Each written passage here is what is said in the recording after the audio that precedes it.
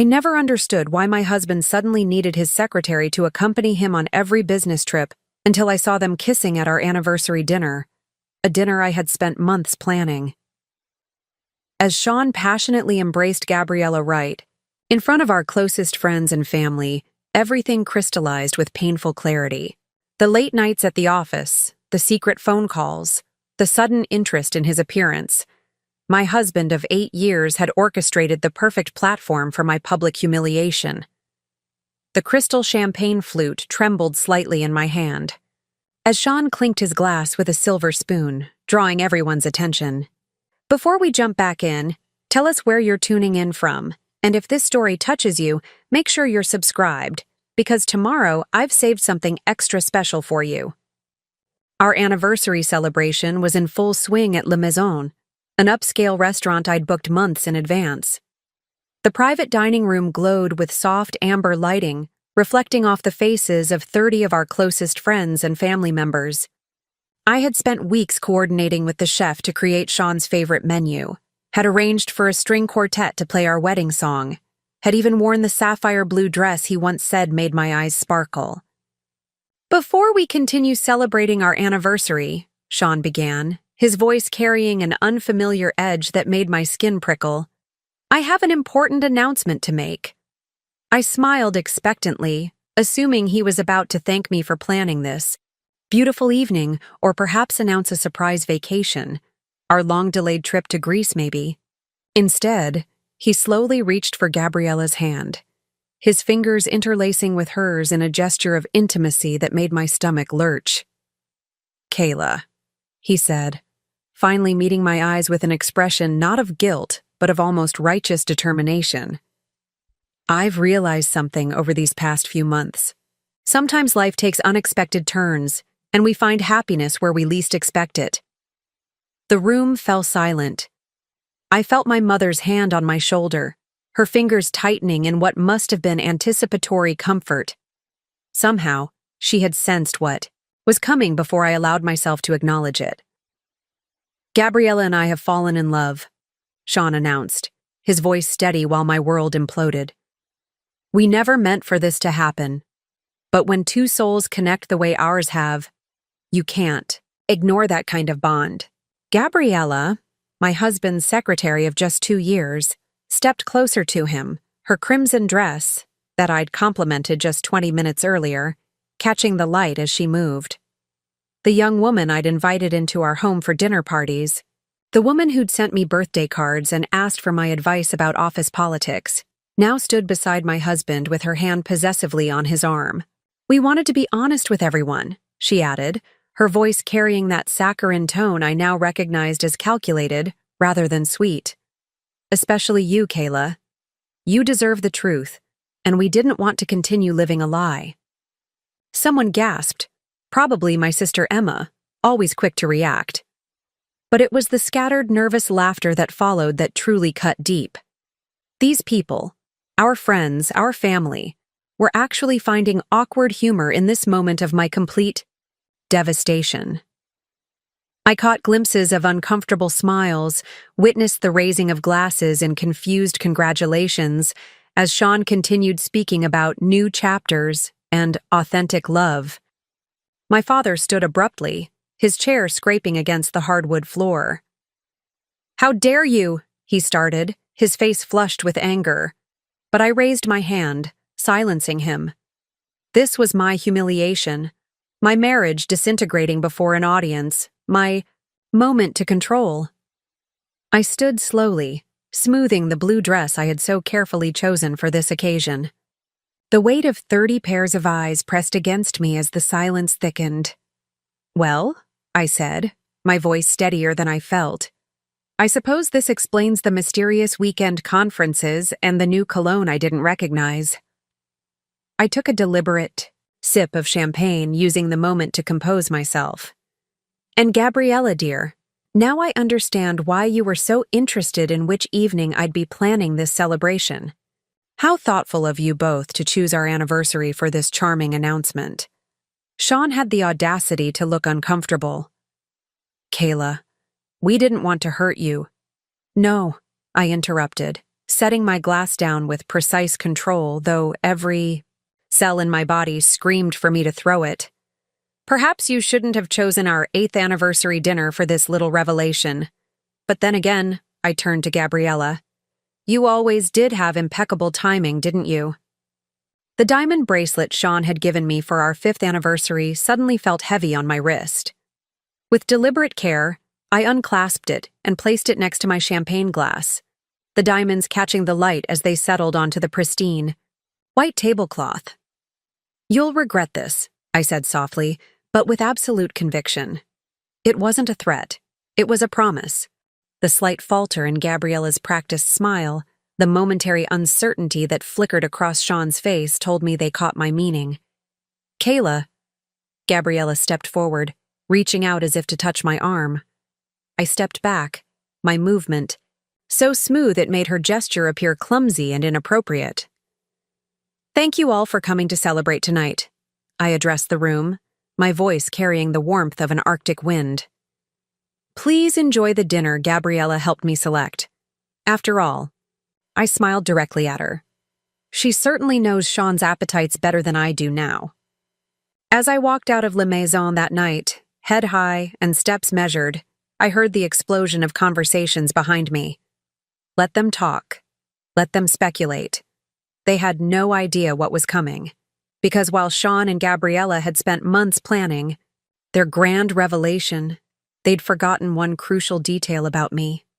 Behind my role as the supportive wife and gracious hostess was a woman they'd severely underestimated. They thought this public humiliation was the end of my story. They were wrong. This was just the beginning. The cool night air hit my face as I stepped onto the sidewalk, and I finally allowed myself a small, genuine smile. They thought tonight was their dramatic finale, but they had unwittingly set the stage for my most spectacular performance yet. Sean had always told me I was too nice, that I let people walk all over me. How ironic that he would be the one to finally cure me of that particular character flaw. As I slid into the taxi, I felt something crystallize inside me. Not grief, not rage, but something colder and more focused. Something that would make Sean and Gabriella wish they'd never met each other, let alone humiliated me in front of everyone who mattered. My phone began buzzing with concerned messages. I turned it off without reading a single one. I didn't need sympathy or outrage. I needed clarity. And for the first time in our marriage, Sean had given me exactly what I needed. The perfect motivation to become someone he wouldn't recognize. Someone he would soon deeply regret betraying. The taxi driver kept glancing at me in the rear view mirror, probably wondering why a woman in an evening gown was staring so intently out the window with dry eyes. I gave him the address of a hotel downtown instead of our suburban home. The thought of walking into the house Sean and I had shared for 8 years, with his scent still lingering on our pillows and his favorite coffee mug still in the dishwasher, was unbearable. Bad night? The driver finally asked, breaking the silence. Transformative, I replied, surprising myself with the word choice. But it fit. Tonight wasn't the end of something. It was the beginning of something else entirely. The 5-star hotel lobby was filled with well-dressed business people and tourists, none of whom gave me a second glance. The anonymity was refreshing after the piercing stares and whispered comments at the restaurant. I paid for 3 nights with the emergency credit card Sean didn't know about, the one I'd maintained since before our marriage. Always have your own money, my grandmother had insisted. I never thought her advice would be my salvation. The hotel room was elegant but impersonal, exactly what I needed. I kicked off my heels and sat on the edge of the bed, finally allowing myself to look at my phone. 43 text messages, 12 missed calls, 3 voicemails. I scrolled through them quickly. Emma. OMG. I can't believe what just happened. Where are you? Call me. Mom. Sweetheart, please let us know you're safe. Your father wants to go to your house. Dad. That bastard. I'm coming over. Elsa, my closest friend. I had no idea. None. Preparing and narrating this story took us a lot of time, so if you are enjoying it, subscribe to our channel. It means a lot to us. Now back to the story. Call me when you can talk. I'm here for you. And then, predictably, Sean. Kayla, we need to talk. This isn't how I wanted to do this. Please come home so we can discuss this like adults. Like adults. As if ambushing me at our anniversary dinner in front of our closest friends and family was the height of maturity, I deleted his message without responding. The last text made me pause. It was from Josh, Sean's business partner. I had no idea what was planned tonight. That was inexcusable. If you need anything at all, please let me know. I set the phone down, without replying to anyone. Tomorrow would be time enough for conversations. Tonight was for planning. I ordered room service, a bottle of their most expensive champagne and a slice of chocolate cake. If Sean were here, he'd lecture me about the calories and the extravagance. But Sean wasn't here. Sean was probably celebrating his authentic love with his secretary. When the champagne arrived, I poured a glass and raised it to my reflection in the mirror across from the bed. To Kayla 2.0, I whispered. The version they never saw coming. The champagne tasted better than any I'd ever had with Sean. I kicked off my heels and padded to the luxurious bathroom, where I ran a bath with every complimentary product the hotel offered.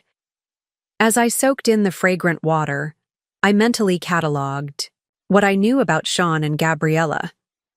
Sean, the successful investment banker who built his reputation on careful risk assessment and strategic planning. The man who color-coded our spice rack and maintained spreadsheets for our household expenses. The husband who couldn't stand unpredictability or public scenes, which made tonight's performance all the more calculated. He must have been desperate to orchestrate something so messy. And Gabriella, the efficient secretary with the spectacular memory and talent for organization. The woman who remembered every client's birthday and children's names.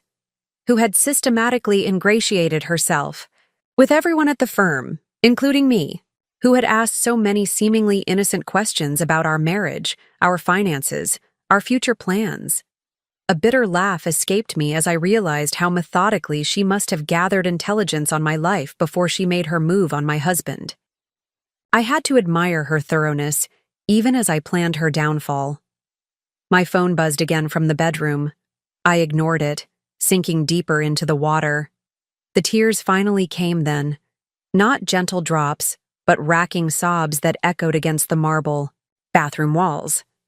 I allowed myself exactly 10 minutes of this weakness, setting the timer on my watch. 10 minutes to mourn the death of my marriage, the betrayal of trust, the public humiliation. When the timer beeped, I wiped my face, stepped out of the bath, and wrapped myself in the plush hotel robe. The woman in the mirror looked different, all ready, eyes clearer, jaw set with determination. The grieving wife was gone. In her place stood someone with nothing left to lose and everything to gain. My phone buzzed incessantly as I worked through the night. I systematically changed the passwords on all our joint accounts: banking, investment, social media, email. Sean had always relied on me to manage these details, too busy with important work to be bothered with such mundane tasks. His laziness would now be his undoing. By 3 a.m., I had drafted emails to our family lawyer, our financial advisor, and my old boss at the marketing firm I'd left when Sean insisted I focus on supporting his career. Each message was carefully worded, professional, rather than emotional, each step methodically planned. At 4 a.m., Sean finally came pounding on the hotel room door. I knew he would find me eventually. Probably called every hotel in the city until he located me. I didn't open the door. Kayla, I know you're in there, he called, his voice carrying that particular tone of annoyance he used when I wasn't behaving according to his expectations. We need to talk about this like rational people. Open the door. I remained silent, watching his shadow move beneath the door. This is ridiculous, he continued, his voice growing louder. You're making a scene. The least you could do is hear me out I smiled at the irony. I was making a scene after his public announcement at our anniversary dinner. "I'll be at the house tomorrow," he finally said. "We can discuss the arrangements then. This doesn't have to be ugly, Kayla." His footsteps retreated down the hallway. I returned to my laptop, my resolve strengthening with every passing minute. Oh, but it would be ugly, Sean. Just not in the way he anticipated. By dawn, I had the skeleton of a plan forming. Not the impulsive reaction Sean would be expecting, but something far more calculated. Something worthy of the meticulous banker who'd taught me the value of patient strategy. As the first light of morning filtered through the hotel curtains, I finally allowed myself to sleep, dreaming not of reconciliation or forgiveness, but of the exquisite moment when Sean and Gabriella would realize exactly what they had set in motion with their little anniversary surprise. 3 days after the anniversary disaster, I checked out of the hotel and disappeared from everyone's radar. Not physically, of course, but socially. I became a ghost, an absence that grew more conspicuous with each unanswered call and unread message. I rented a modest apartment in the arts district across town, using my maiden name on the lease. The irony wasn't lost on me that I was now living in a space smaller than the walk-in closet Sean had built for me as an anniversary gift 2 years ago. But this sparse one-bedroom apartment with its exposed brick walls and large windows offered something our sprawling suburban home never had: freedom from pretense. My phone continued to explode with notifications. Every ring, every buzz represented someone demanding a piece of me, my reaction, my tears, my forgiveness, or my rage. They all wanted something, and for the first time in my adult life, I chose to give nothing. Emma's calls became increasingly frantic. "Kayla, this isn't like you. Everyone's worried. Just let us know you're okay." My mother left tearful voicemails. "Sweetheart, please. Your father and I just want to help. You don't have to go through this alone." Elsa texted hourly updates on the gossip circulating. "People are taking sides. Most are with you." Gabriella's sister deleted all her social media accounts after the backlash. I read everything but responded to nothing. Their concern, while genuine, would only slow me down, soften my resolve with sympathy and platitudes about better off without him and time heals all wounds. I didn't want healing. I wanted justice. Sean's messages evolved from commanding to pleading to threatening. "We need to discuss divorce arrangements. Be reasonable. Please just tell me where you are. This silent treatment is childish.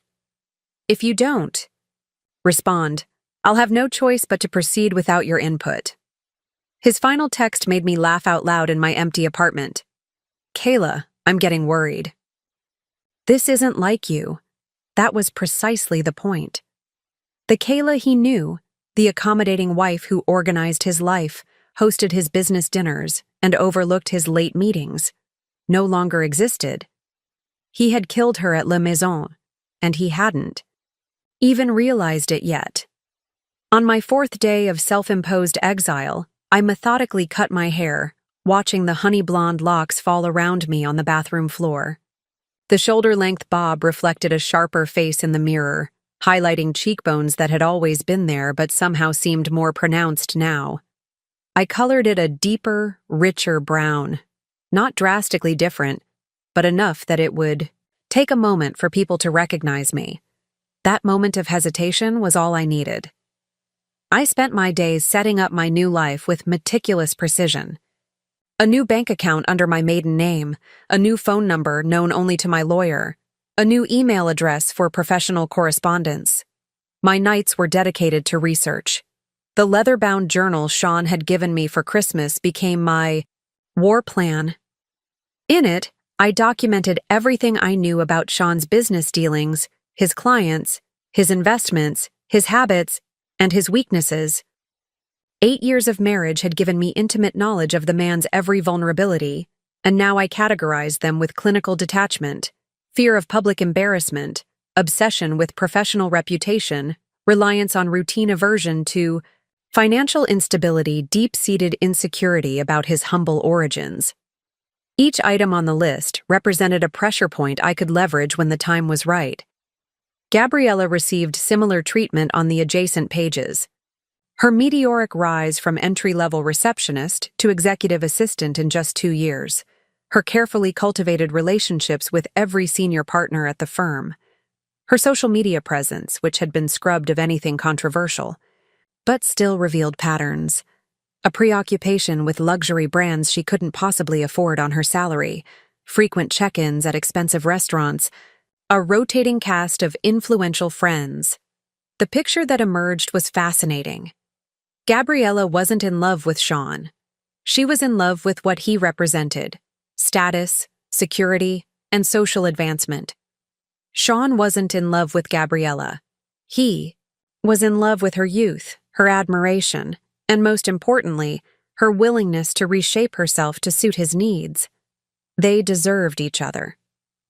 And they would destroy each other without much help from me, but I would certainly accelerate the process. A week into my disappearance, I received an email from Josh, Sean's business partner, Kayla. I respect your privacy and understand your need for space, but I thought you should know that Sean has been telling clients and colleagues that you're taking some time at a wellness retreat to deal with emotional issues. Gabriella has already moved some of her things into your house. I've known Sean for 15 years, but I don't recognize the man he's become. What happened at that dinner was unforgivable. If you need anything, professional references, introductions, or just someone who knows the real story, please don't hesitate to reach out. Josh. I saved the email without responding. Josh's information was useful, but I wasn't ready to trust anyone connected to Sean, no matter how well-intentioned they seemed. That night, I allowed myself to look at photos from my old life, vacation snapshots, holiday gatherings, dinner parties where Sean and I played the perfect hosts. In each image, I searched my own face for signs that I had known, had suspected, had somehow sensed the betrayal coming. What I found instead was more disturbing. A woman who had gradually dimmed her own light to make someone else shine brighter. The transformation was subtle but unmistakable. In earlier photos, my smile reached my eyes, my posture was confident, my gaze direct. In more recent images, I had become a complement to Sean, always positioned slightly behind him, my expression pleasant but muted, my style increasingly conservative and understated. I hadn't just been betrayed by my husband and his secretary, I had been complicit in my own diminishment. That realization burned worse than the betrayal itself. As I closed the photo album, my resolve crystallized. This wasn't just about making Sean and Gabriella regret their actions. This was about reclaiming the woman I had been before I started shrinking myself to fit into someone else's idea of a perfect wife. 2 weeks after I vanished from Sean's life, I finally responded to one message, an email to my lawyer initiating divorce proceedings. My terms were clear, comprehensive, and left no room for negotiation.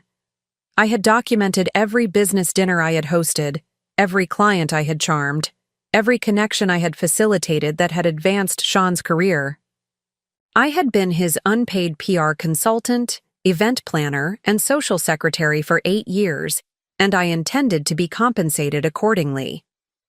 The response came within hours. Sean was shocked by my unreasonable demands and concerned about my emotional state. Good. Let him be concerned. Let him wonder. Let him finally realize that he had never really known me at all. By the 3rd week of my self-imposed exile, I was ready to execute the first phase of my plan, reconstruction. Before I could destroy Sean and Gabriella's perfect new life, I needed to build my own. On the morning of the 23rd day after my public humiliation, I woke up with absolute clarity. The fog of betrayal had lifted completely, leaving behind a crystalline purpose that energized every cell in my body. I no longer felt like Sean's abandoned wife. I felt like a strategist preparing for the most important campaign of my life. New apartment had gradually transformed from a sparse refuge to a war room. The dining table was covered with documents, financial statements from our marriage, printouts of Sean's company's public records, social media profiles for both Sean and Gabriella, and most importantly, a detailed timeline of their relationship that I had reconstructed from my memories and digital evidence. I stood at the window, watching the city come alive below me. The arts district was nothing like our manicured suburban neighborhood. Here, people moved with purpose and passion, rather than the careful social choreography I'd grown accustomed to. Artists, musicians, and entrepreneurs filled the coffee shops and co-working spaces. Nobody knew me here. Nobody had expectations about how I should behave or who I should be. The anonymity was intoxicating. My phone rang. Emma again. This time I answered. "Oh my God, Kayla." Her voice was thick with relief. "You're alive. Where have you been? Everyone's been worried sick." "I needed some time," I said, surprised by the calm detachment in my voice. "I'm fine." "Fine? How can you be fine?" "Sean's telling everyone you had some kind of breakdown. He and that woman are already living together in your house. They're using your china, Kayla. Your wedding china." I felt nothing at this revelation. No pain, no outrage, just cool assessment of useful information. "Let them," I said. "Let them. Who are you and what have you done with my sister? The Kayla I know would never—" "The Kayla you knew doesn't exist anymore," I interrupted. "Sean and Gabriella killed her at La Maison 3 weeks ago." Silence filled the line as Emma processed my words. "What do you need?" she finally asked, her voice smaller now. "How can I help?" This was why I'd always loved my sister. When others offered sympathy, Emma offered support. "I need information," I said. "Eyes and ears in our social circle. But Emma, this has to stay between us. Mom and Dad can know I'm safe, but nothing else." "Can you do that?" "Of course," she responded without hesitation. "But Kayla, what are you planning?" "Justice," I said simply. "Not revenge, justice." After hanging up with Emma, I opened my laptop and did something I should have done years ago. I updated my resume. The document looked embarrassingly sparse at first. 8 years as wife didn't translate well to marketable skills. But then I began to reframe my experience. Event planning for dinners and parties became coordinated high-level networking events for industry executives. Managing our household finances became budget oversight and financial planning. The charity committee I'd chaired at Sean's insistence became nonprofit leadership and community relations. By the time I finished, I had 3 pages of solid, transferable skills that told the story of a capable professional who had been working all along, just without the title or salary. I sent the resume to 3 recruitment agencies with a cover letter explaining my career sabbatical and desire to re-enter the workforce. Next, I made an appointment with Asher Donovan, a forensic accountant whose name I'd found in an article about high-profile divorces. Sean had always handled our major financial decisions, dismissing my questions with patronizing explanations about concepts that were too complex for my understanding. I'd accepted this arrangement, telling myself it was practical rather than problematic. Now I wondered what else I had accepted that I shouldn't have. Asher's office was in a converted warehouse downtown, all exposed beams and glass partitions. The man himself was nothing like I'd expected, younger than me by a few years, with bright blue eyes that missed nothing and an easy smile that put me immediately at ease. "So," he said after I'd explained my situation, "you think your husband has been hiding assets?" "I don't think I know," I corrected him. "The question is how much and where." Asher's eyebrows rose slightly. "Most clients come in here emotional, Mrs. Reynolds. You're remarkably analytical about all this." "It's Ms. Taylor now," I said, reverting to my maiden name. "And emotions won't help me get what I deserve." He nodded, something like respect flickering across his face. "Well, Ms. Taylor, let's see what we can find. I'll need access to as many financial documents as you can provide. Bank statements, tax returns, investment portfolios. I've already prepared everything I could access," I said, handing him a USB drive. "But Sean kept certain accounts private. Those are the ones I'm most interested in." Asher plugged in the drive and scanned the files I'd organized. His eyebrows rose higher. "This is extremely thorough. Most people don't even know where to begin." "I've had 3 weeks with nothing but time and motivation," I said with a small smile. "And I'm a quick study." By the end of our 2-hour meeting, Asher had identified 3 suspicious patterns in Sean's financial behavior over the past 2 years. Exactly how long Gabriella had been his secretary. Regular cash withdrawals that didn't match our lifestyle expenses. A consulting LLC formed without my knowledge. And most damning of all, a series of transfers to an offshore account that coincided with his business trips. The same trips he'd started taking Gabriella on.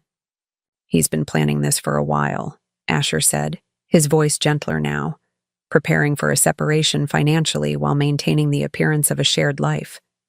I nodded, absorbing this confirmation of Sean's calculated betrayal without flinching. "Can we prove it?" "With time and resources, absolutely. The question is, what do you want to do with this information?" I considered the question carefully. "First, I want everything I'm legally entitled to, not a penny less. Second, I want him to know that I know exactly what he did and how he did it." "And third?" Asher asked, clearly sensing there was more. I smiled, the expression feeling foreign on my face. "Third, I want to use what I've learned from him against him. Sean always said I wasn't strategic enough, that I didn't understand how the world really works. I think it's time I show him how much I've learned." After leaving Asher's office, I walked to a small boutique I'd discovered in my new neighborhood. The owner, a former corporate lawyer who'd left the rat race to pursue her passion for fashion, had become something of a confidant during my self-imposed exile. "The transformation begins today," I told her as I entered the shop. 3 hours. Later, I emerged with a completely new wardrobe. Gone were the soft pastels and conservative cuts that Sean had always preferred. In their place were streamlined silhouettes in bold colors and luxurious fabrics that made me feel powerful rather than pretty. That evening, I received my first job offer, a marketing position at a boutique firm specializing in female-founded startups. The salary was modest compared to what Sean earned, but it was mine, earned through my own merits, rather than given as an allowance from a controlling husband. As I celebrated with a glass of wine on my tiny balcony, I felt the last pieces of my old identity fall away. The grieving, abandoned wife was gone. In her place stood a woman with purpose, plans, and most dangerously for Sean and Gabriella, nothing left to lose. I opened my journal and wrote a single sentence on a fresh page. Day 1 of the rest of my life. The victim phase of my journey was officially over. The strategist had taken control, and she had very specific targets in her sights. My first week at Vertex Marketing was a revelation. After years of arranging my schedule around Sean's needs and social obligations, I now structured my days according to my own priorities. I arrived early, stayed late, and absorbed every aspect of the business with an intensity that impressed my new colleagues. "You're catching on faster than anyone I've ever hired," remarked Elsa Montgomery, the firm's founder and my new boss. What she didn't know was that I'd been studying marketing strategies for years, reading the books Sean left untouched on our shelves, analyzing campaigns while he dismissed them as just ads, developing concepts he would never have time to hear. While I established my new professional identity, I was simultaneously building a comprehensive intelligence file on Sean and Gabriella's lives. Emma had proven to be an invaluable source of information, feeding me regular updates from our social circle. They hosted their first dinner party last night, she reported during our weekly encrypted call, a precaution that probably wasn't necessary but satisfied my newfound appreciation for strategic thinking. Used your good china and your recipes, but apparently the soufflé collapsed and the salmon was overcooked. I smiled at this small failure. Gabriella had always claimed to be an excellent cook, one of the many coincidental interests she shared with Sean. Who attended? I asked, making notes in my journal. The Millers, the Prestons, and the Taylors. Oh, and Josh was invited but declined, sent a bottle of wine with his regrets. Interesting. Josh continuing to distance himself could be useful later. Any business talk? Plenty, Emma confirmed. Sean was bragging about some new client. Westridge Capital? Said it was a game changer for the firm. I noted the name. Westridge Capital was a major player in sustainable investments, exactly the kind of forward-thinking client Sean had been pursuing for years. This success would make him feel secure, confident, perhaps even invincible. Perfect. What about Gabriella? How is she settling into the role of hostess? Emma's laugh contained a hint of malice. Trying too hard. Wore a dress almost identical to the one you wore at your last Christmas party. Caroline Miller noticed and mentioned it loud enough for everyone to hear. I could picture the scene. Gabriella's embarrassment, Sean's discomfort, the awkward glances exchanged by guests who were still processing this abrupt replacement. Social humiliation would be eating away at Gabriella, who had always been so careful about appearances. While Emma kept me informed about their social lives, Asher was unearthing Sean's financial secrets with methodical precision. We met weekly, at a coffee shop far from my old neighborhood, where he would share his latest discoveries. Your husband has been busy, he told me during our third meeting, sliding a folder across the table. The offshore account was just the beginning. He's set up an entire shadow financial structure. I reviewed the documents, noting the complex web of LLCs and investment vehicles that Sean had created, all carefully separated from our marital assets. Can we trace when this started? Asher nodded. Almost exactly when Gabriella became his secretary. The first LLC was formed 2 weeks after she was hired. The timeline confirmed what I had suspected. Their affair hadn't been some passionate, spontaneous connection. It had been calculated from the beginning, with Gabriella as either willing collaborator or master manipulator. Either way, they deserved each other, and they deserved what was coming. There's something else, Asher said, his expression more serious. I found irregularities in some of the client billing records you provided. Certain clients were charged for services that don't match the firm's standard offerings. Meaning either your husband is providing specialized services off the books, or he's padding the bills. This was unexpected gold.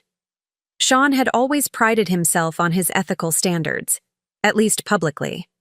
The discovery of potential financial impropriety provided leverage I hadn't anticipated. Can we prove it definitively? Asher hesitated. We'd need internal documents from the firm. Billing codes, client contracts, that sort of thing. I thought about Josh and his apparent discomfort with Sean's recent behavior. Perhaps it was time to test his offer of assistance. My intelligence gathering extended beyond Sean and Gabriella's present circumstances to include their pasts. I hired a discreet private investigator to conduct background checks more thorough than anything they would have anticipated. The results on Sean were unsurprising. His carefully constructed image as a self-made success contained the expected embellishments but no major deceptions.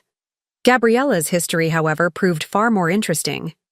Miss Lancaster has reinvented herself several times, the investigator explained when delivering his report. Changed her name from Gabriella Mendez when she moved to this city 5 years ago. Before that, she was involved in a rather messy situation with another married employer in Chicago. No charges filed, but a substantial private settlement was paid. I absorbed this information with growing satisfaction. Gabriella wasn't just an opportunistic secretary, she was a serial predator with a specific methodology. Sean wasn't her first married boss. just her most recent target. The investigator continued, "There's also the matter of her educational credentials. The MBA from Northwestern she claims on her resume? No record of her graduation. She attended for 1 semester, then dropped out." This explained why she had been so reluctant to discuss her graduate experience when I'd asked about it during our seemingly friendly lunches. All those times I had tried to connect with her, she had been assessing me as an obstacle rather than a friend. With each piece of intelligence I gathered, a clearer strategy emerged. Sean's vulnerabilities were professional. His reputation, his standing with clients, his carefully maintained image as an ethical businessman. Gabriella's weaknesses were more personal. Her fabricated background, her pattern of targeting married men, her desperation for status and security. I could destroy them individually, but allowing them to destroy each other would be far more satisfying. By the 6-week mark of my new life, my apartment walls displayed an elaborate mind map connecting all the information I had gathered. Red threads linked Sean's financial improprieties to specific dates and events. Blue threads tracked Gabriella's movements and inconsistencies. Yellow threads identified their vulnerabilities, individually and as a couple. The picture it created was one of mutual exploitation rather than love. Sean saw Gabriella as a trophy and accomplice. Gabriella saw Sean as a stepping stone and meal ticket. Neither truly knew who they had aligned themselves with, and neither was prepared for who I was becoming. As I studied the web of information before me, my phone buzzed with a text from an unknown number. I opened it to find a message from Josh. "Need to talk. S's new client raising red flags, ethical concerns. Dinner tomorrow?" I smiled as I sent my acceptance. Another thread to add to my tapestry. Another pressure point to exploit when the time was right. That night, I stood before my bathroom mirror, barely recognizing the woman who stared back at me. My new haircut framed a face that seemed sharper, more defined. My eyes held a focus that had been missing during my years with Sean. Even my posture had changed. Shoulders back, chin lifted, the stance of someone who expected to be taken seriously. "Hello, Kayla," I whispered to my reflection. "Nice to finally meet you." The restaurant Josh chose for our meeting was deliberately nondescript. A small Italian place downtown, far from the upscale establishments where Sean networked and showcased his success. I arrived 15 minutes early, selecting a corner table with a view of the entrance. Old habits from my marriage had me reaching for the menu item Sean would have approved of. A modest salad, nothing too indulgent. I caught myself and deliberately ordered the rich mushroom risotto and a glass of Barolo instead. Josh entered precisely on time, scanning the room before spotting me. His momentary hesitation told me what I already knew. I looked different. "Good. Kayla," he said, taking the seat across from me. "Thank you for meeting me. You look transformed." I smiled, a genuine expression that felt increasingly natural. Amazing what freedom does for a woman's appearance. He had the grace to look uncomfortable. I wanted to apologize again for what happened. If I'd known what Sean was planning— "You didn't," I interrupted, maintaining my pleasant expression. "And that's not why we're here. You mentioned ethical concerns about Sean's new client?" Josh studied me for a moment, clearly reassessing whatever preconceptions he'd had about our meeting. Good. Let him see that the agreeable, supportive woman who had hosted his family for holiday dinners was gone. "Yes," he finally said, lowering his voice. "Westridge Capital. The deal Sean brought in. It's not what it seems. I found irregularities in their financials that Sean is deliberately overlooking." "What kind of irregularities?" Josh hesitated again. "The kind that could trigger an SEC investigation if they came to light. The kind that could damage not just Sean, but the entire firm if we're associated with them." I sipped my wine, letting the information settle. "And you've raised these concerns with Sean?" "Repeatedly. He dismisses them, says I'm being overly cautious, that this is how business is done at the highest levels."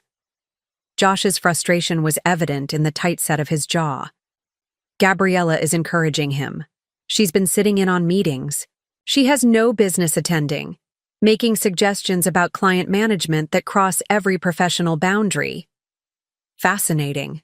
Gabriella was overplaying her hand, pushing too far too quickly. Sean, blind with infatuation or something more calculating, was allowing his professional judgment to falter. "Why come to me with this?" I asked, although I already suspected the answer. "Because you know Sean better than anyone. You might be the only person he would actually listen to." I laughed then, a sound so genuine it surprised even me. "Josh, I'm the last person Sean would listen to right now. He's constructed a narrative where I'm the unstable, emotional ex who couldn't handle his authentic new relationship. Anything coming from me would be automatically dismissed." Josh frowned. "Then why did you agree to meet?" "Information is power," I said simply. "And I appreciate knowing where things stand with Sean's career. Now tell me more about these irregularities." For the next hour, Josh detailed his concerns about Westridge Capital, inflated assets, questionable revenue sources, unusual transfer patterns that suggested money laundering. As he spoke, I took mental notes, connecting this new information with what Asher had already discovered about Sean's personal financial maneuvers. "What will you do with this information?" Josh finally asked as our dinner plates were cleared. I smiled. "Nothing immediately, but I believe in preparation." "Preparation for what?" "For whatever comes next," I said, deliberately vague. "Josh, can I ask you something? Why didn't you warn me about Gabriella? You must have seen what was happening." He had the decency to look ashamed. "I saw something, but Sean convinced everyone it was innocent mentorship. By the time I realized it was too late." He paused. "I should have said something anyway. I'm sorry." I nodded, accepting his apology without offering absolution. "One more question. Do you have copies of the Westridge documentation you're concerned about?" Josh's expression grew cautious. "I do." "Why?" "Insurance," I said. "For both of us." After a moment's hesitation, he reached into his jacket and pulled out a USB drive.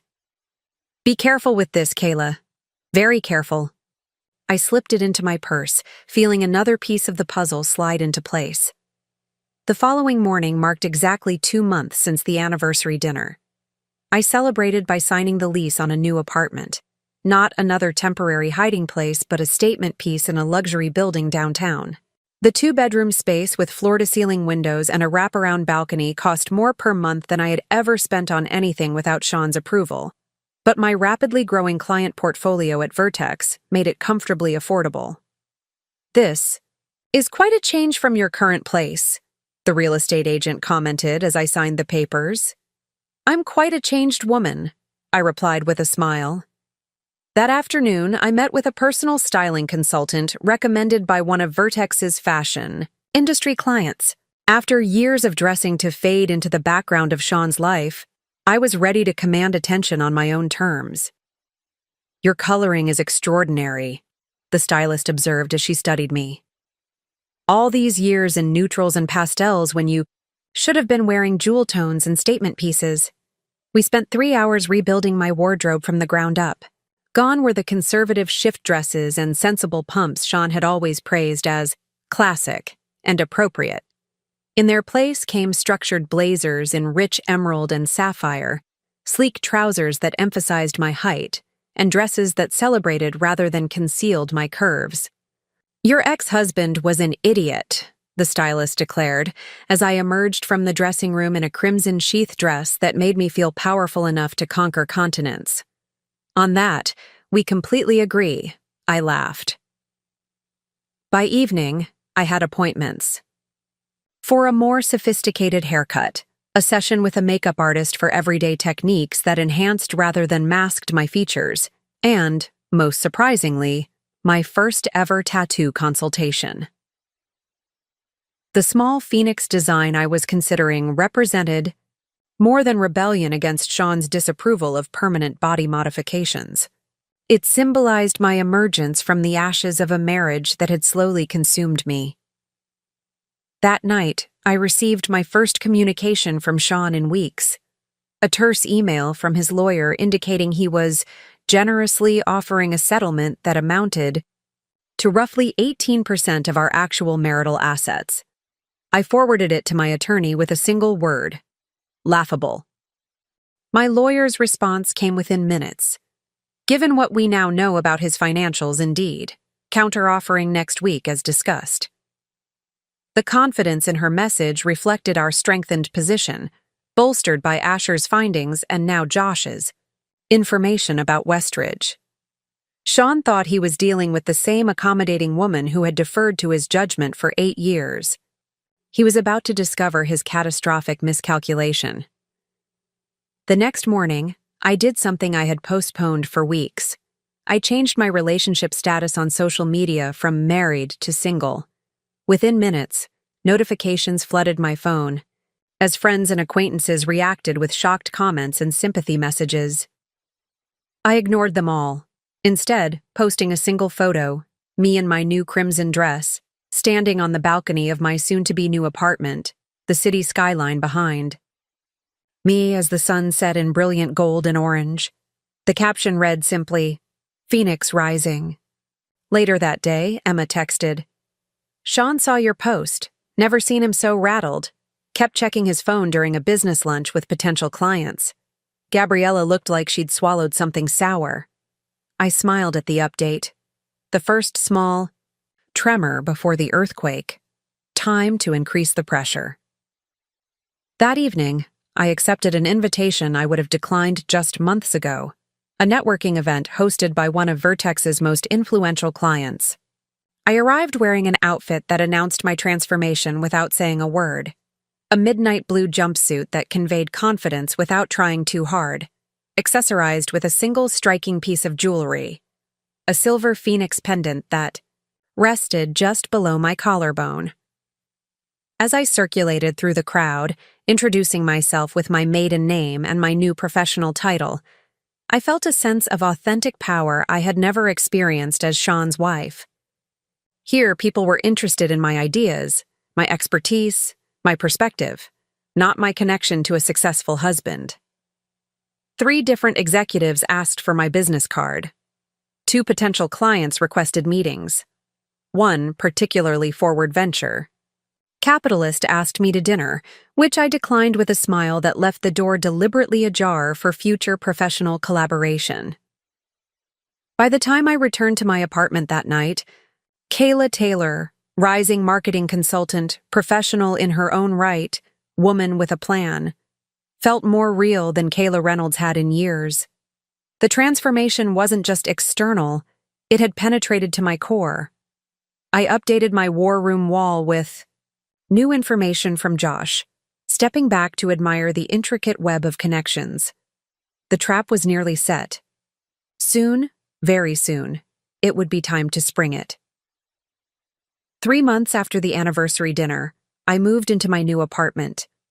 Unlike my temporary refuge, this place wasn't just somewhere to hide, it was a statement.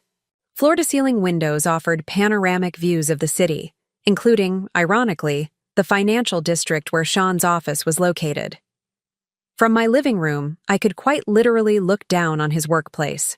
The timing of my move was strategic. That same week, Emma informed me that Sean and Gabriella had sent out invitations to a housewarming party, officially unveiling their relationship to our wider social circle in what had once been my home. The invitations described it as a new beginning celebration. "Everyone's talking about the tackiness of it," Emma reported. "Hosting a party in the same house where he lived with you for 8 years, barely 3 months after... Well, you know. Who's attending?" I asked, arranging a striking piece of modern art on my living room wall, a bold contrast to the traditional landscapes Sean had always preferred. About half the usual crowd. The Millers declined outright. Caroline told Gabriella she couldn't possibly celebrate something that began with such deceit. Others are making excuses. I smiled. Social consequences were already accumulating, exactly as I had anticipated. Perfect. Perfect? Kayla, what exactly are you planning? Justice, I said simply, administered with surgical precision. The first strategic piece I placed on the board was purely financial. After consulting with my lawyer and Asher, I authorized a counterproposal to Sean's insulting settlement offer, one that included detailed documentation of his hidden assets and questionable financial maneuvers. This will blindside him, my lawyer warned. He's going to be furious. Good, I replied. Angry people make mistakes. The second move was more subtle. I arranged to have brunch at Bellini's, an upscale cafe where Gabriella often took her weekend coffee break, a habit I remembered from her countless mentions during our friendly conversations. I arrived with Elsa, my boss who had become a genuine friend during my professional renaissance. We claimed a table with perfect visibility from the entrance, timing our arrival for 30 minutes before Gabriella typically appeared. I wore one of my new power outfits, a tailored emerald green blazer over a silk shell with the phoenix pendant prominently displayed. Elsa, aware of only the broad strokes of my situation, provided the perfect conversational partner, intelligent, animated, and genuinely interested in the marketing strategy we were ostensibly there to discuss. At exactly 11:15, Gabriella entered the cafe, stopped short at the sight of me, then quickly composed herself and headed to a table as far from ours as possible. "Is that her?" Elsa murmured. I nodded almost imperceptibly, then deliberately refocused on our conversation, raising my voice just enough to ensure the next part would carry. The client absolutely loved the campaign pitch. They're increasing the budget by 40% and want us to handle their entire rebranding. Kayla, that's the third major account you've landed this month, Elsa responded, following my cue perfectly. The partners are already discussing your promotion track. I've never seen anyone advance this quickly. I allowed myself a satisfied smile, knowing Gabriella was straining to overhear while pretending to study her menu. It's amazing what you can accomplish when you're finally in an environment that values your contributions. Throughout brunch, I never once directly acknowledged Gabriella's presence, but I made sure she overheard snippets about my new apartment, my expanding client portfolio, and most importantly, my upcoming meeting with Westridge Capital, a potential new client for Vertex and, not coincidentally, Sean's most important current client. As we prepared to leave, I finally made eye contact with Gabriella, giving her a small, knowing smile before turning away. The message was clear. I wasn't just surviving, I was thriving, and I was a threat. The third move in my long game came later that week, when I accepted an invitation to speak at a financial services marketing panel, an event I knew would be attended by several of Sean's colleagues and clients. My topic, ethical transparency in financial marketing, was carefully chosen to establish my expertise while subtly drawing attention to the very issues plaguing Westridge Capital. I didn't mention Sean or his firm directly. I didn't need to. The pointed questions I raised about due diligence and regulatory compliance were enough to plant seeds of doubt among the audience members familiar with Sean's aggressive promotion of Westridge. Josh contacted me the day after the panel. Your presentation made waves. 3 clients have called with concerns about Westridge. Sean is scrambling. What are you doing, Kayla? I replied with deliberate ambiguity. Sharing my professional expertise. Isn't that what we all should do? That weekend, I had my phoenix tattoo inked onto my right shoulder blade, small enough to be concealed when necessary, but visible with the right evening wear. The delicate outline in deep red ink represented more than just my personal transformation. It marked my commitment to seeing this through to the end. First tattoo? The artist asked as he finished the design. First everything, I replied. New life, new choices. As I left the studio, my phone buzzed with a notification. My lawyer had received Sean's response to our counteroffer. His message was one word: impossible. I smiled, sending back our equally concise reply, non-negotiable. The long game was established. The pieces were in position. Phase 1 of my plan was complete. Sean and Gabriella now knew I wasn't the broken, desperate woman they had expected. I was something far more dangerous. A woman with nothing to lose, everything to gain, and the patience to wait for exactly the right moment to strike. The first domino fell on a Tuesday morning, 4 months after the anniversary dinner. I was reviewing client proposals in my office at Vertex when my phone lit up with a text from Emma. OMG. Gabriella just got passed over for promotion to executive assistant. Sean is furious. Apparently, the partners cited concerns about professional boundaries. I allowed myself a small smile. The carefully worded email I had sent to the HR director at Sean's firm 2 weeks earlier, expressing my concern as a former client about the firm's policies regarding relationships between executives and their direct reports, had found its mark. I hadn't mentioned Sean or Gabriella by name. I hadn't needed to. Any fallout? I texted back. Emma's response came quickly.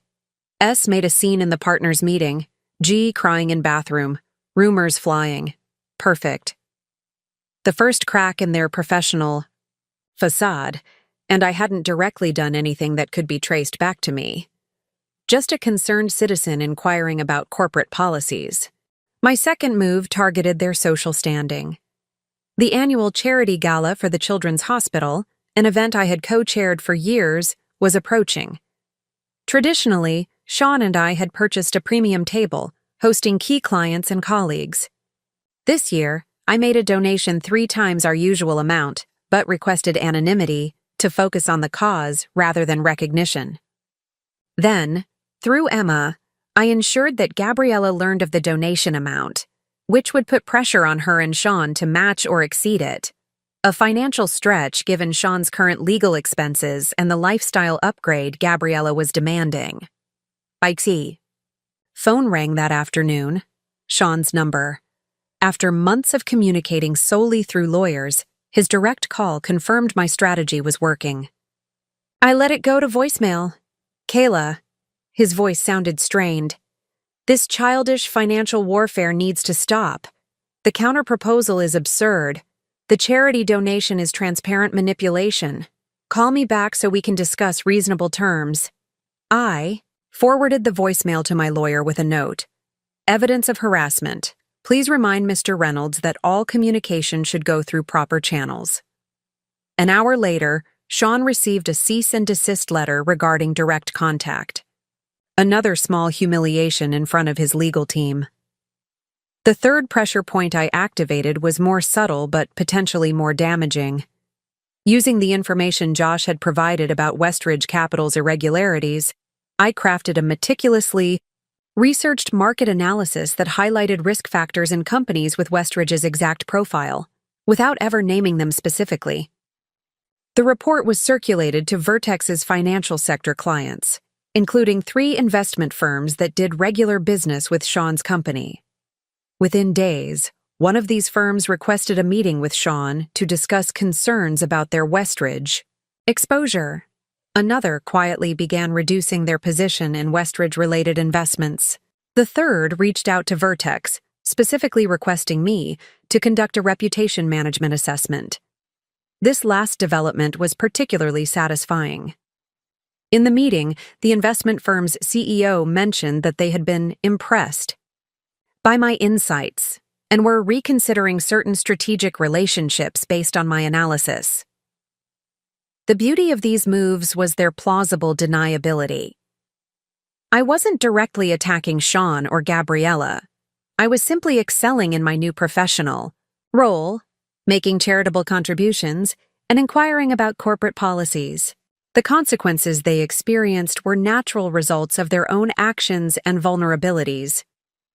Josh called late one evening as I was updating my strategy wall with new information. Sean's partnership review has been moved up 6 months, he reported, his voice low. The senior partners are concerned about his judgment regarding Westridge and his recent personal choices impacting firm reputation. How unfortunate, I replied, keeping my tone neutral while adding this new development to my timeline. This isn't just about Westridge anymore, is it? Josh asked. You're orchestrating something bigger. I'm focusing on my career, Josh. If Sean's professional problems stem from his own poor decisions, that's hardly my responsibility. Kayla, his voice held a note of warning. Be careful. Sean is getting desperate, and desperate people can be dangerous.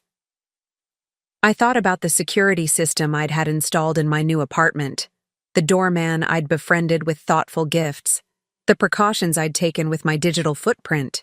I'm always careful now, I assured him. It's one of many lessons Sean taught me.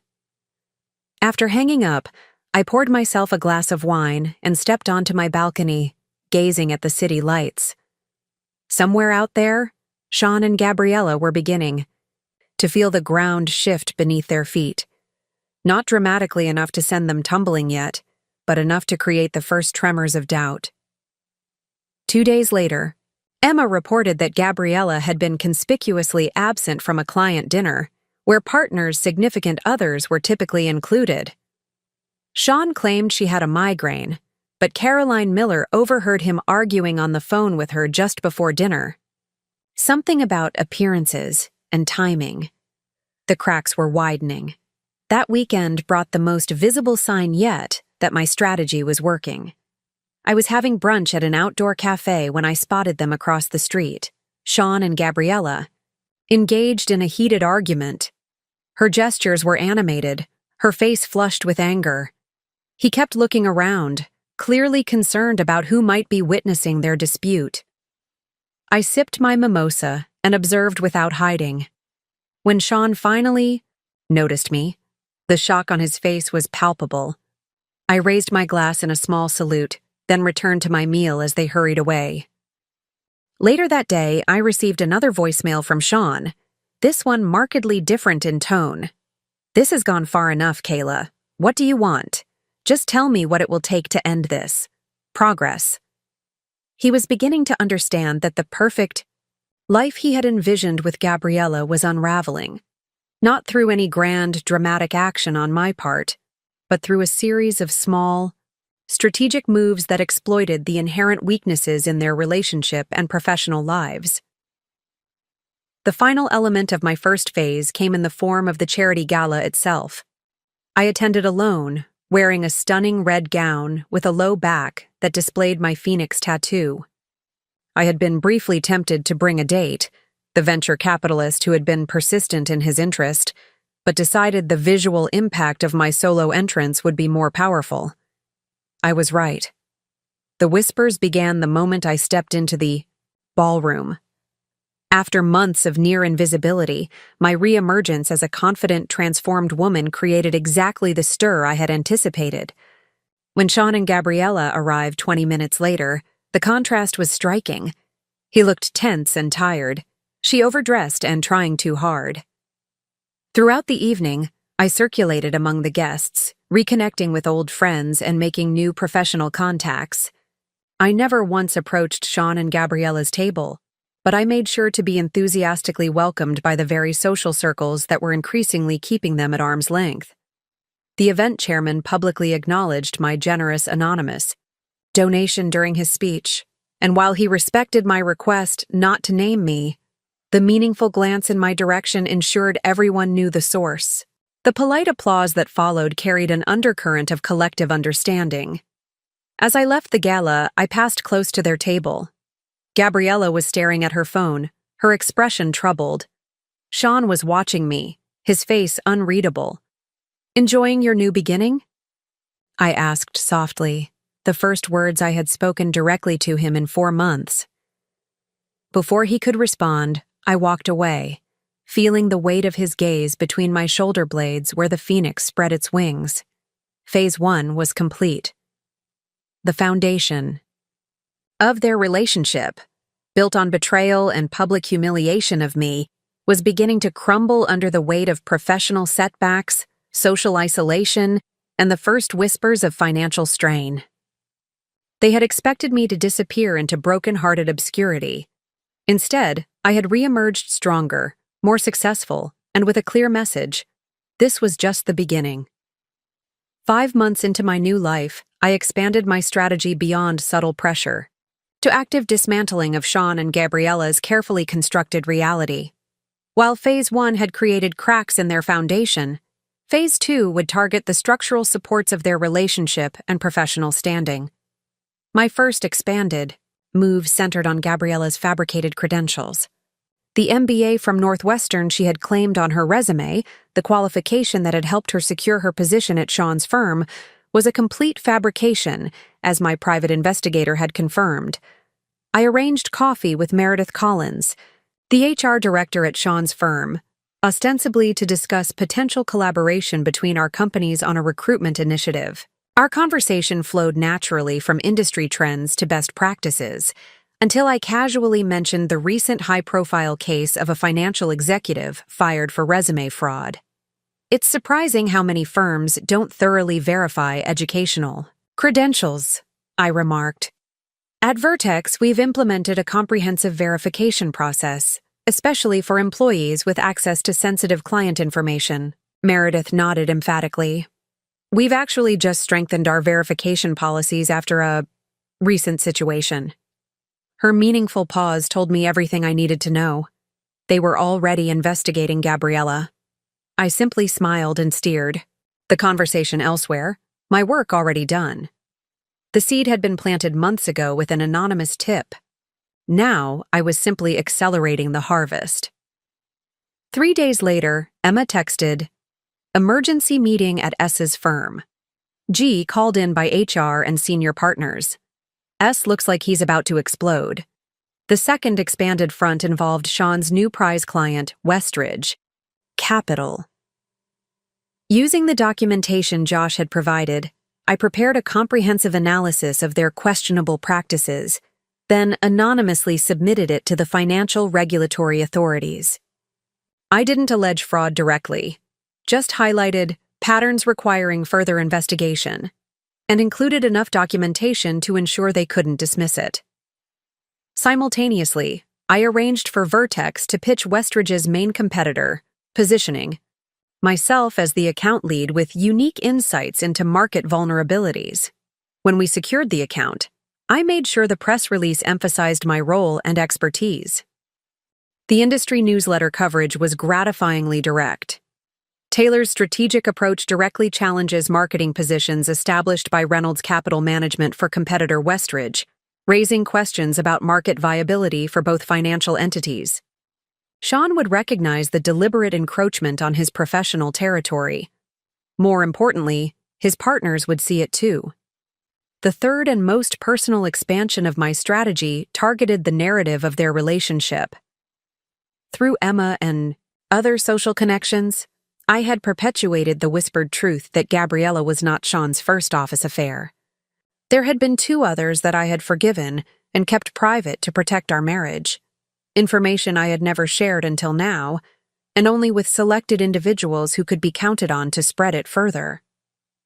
The revelation transformed public perception of their relationship from an unfortunate but perhaps genuine love story to just another episode in Sean's pattern of inappropriate behavior. It simultaneously cast me as the long-suffering wife who had protected his reputation at my own expense, and Gabriella as just the latest in a series of workplace conquests.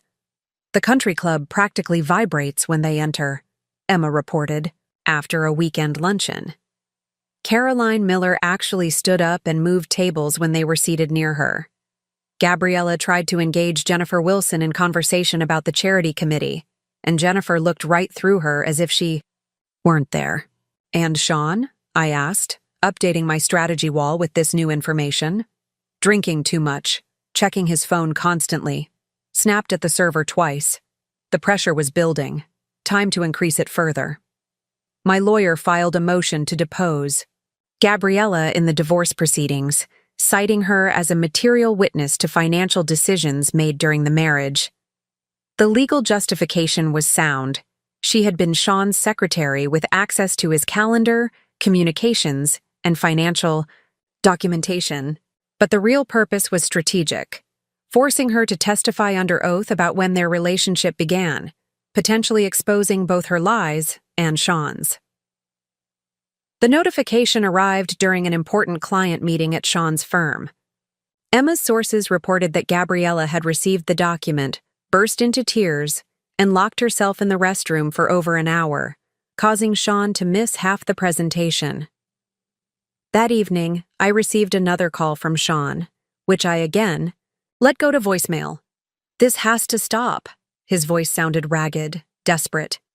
"The deposition is unnecessary and you know it. Tell me what you want, Kayla. Name your price." I forwarded the message to my lawyer with instructions to respond with a simple truth. This isn't about money. This is about accountability. The following week brought a development I hadn't orchestrated, but that fit perfectly into my strategy. Gabriella's previous employer in Chicago, where she had left after another affair with a married executive, reached out to Sean's firm with concerns about potential reference check fraud. Apparently, someone had inquired about her employment history, triggering an internal review that revealed discrepancies. I hadn't made that inquiry, but I had a strong suspicion that Meredith in HR, alerted by our conversation about credential verification, had initiated a more thorough background check. The dominoes were falling faster now, gaining momentum on their own. Sean's partnership review was moved up again, now scheduled for the following week. Westridge Capital received formal notice of a regulatory inquiry. 3 more clients requested transfers to other partners at the firm. Meanwhile, my professional star continued to rise. Vertex offered me a director position with equity participation. My client portfolio expanded to include 2 Fortune 500 companies. The Business Journal that had once featured Sean on its 40 under 40 list now requested an interview with me for their Women Transforming Finance issue. I used the interview strategically, never mentioning Sean or my divorce directly, but weaving a narrative of professional rebirth after personal challenge. "Sometimes the worst thing that happens to you can lead to the best version of yourself," I told the interviewer, knowing the quote would be featured prominently. When the article was published, I made sure copies were circulated to Sean's professional network. The striking photo accompanying the piece, me in my power suit with the Phoenix pendant clearly visible, conveyed exactly the message I intended. I wasn't just surviving, I was soaring. The most satisfying expansion of my revenge came in the form of their deteriorating relationship. My sources reported increasingly public arguments, Gabriella's tearful phone calls in the office restroom, Sean staying late at work to avoid going home. The romance that had been worth destroying my marriage for was crumbling under real-world pressures. "She moved into the guest bedroom," Emma reported after a conversation with their cleaning service provider, another previously overlooked source of intelligence I had cultivated. Sean's sleeping in the master alone. The final element of my expanded strategy was set in motion when I closed on a house, not just any house, but the modernist showplace directly across the street from the home Sean and I had shared, where he and Gabriella were now living. The property had been on the market for years, considered overpriced and too avant-garde for the traditional neighborhood. For me, it was perfect. The statement it made, that I could and would establish myself literally in view of their daily lives, was worth every penny of the considerable investment. The day after closing, I sent Sean a text message, the first direct communication I had initiated, looking forward to being neighbors again. I've always loved the view from your bedroom window. Within an hour, Emma called.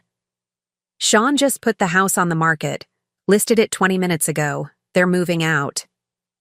I smiled as I added another red thread to my strategy wall, connecting this latest development to the web of pressure points I had been systematically exploiting. They were running, but they couldn't hide from the consequences I had set in motion. Phase 2 was unfolding perfectly.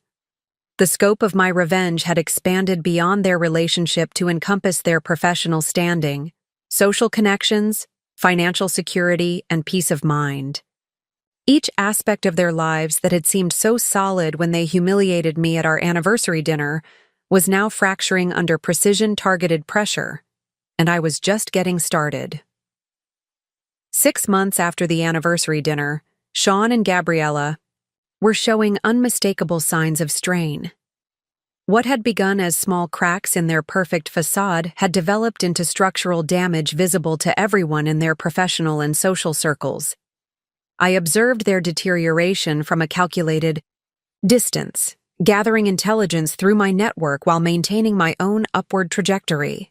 My new home, directly across from their rapidly depreciating property, remained empty except for strategic renovation crews. I had no intention of actually living there. The property was purely an investment in their discomfort.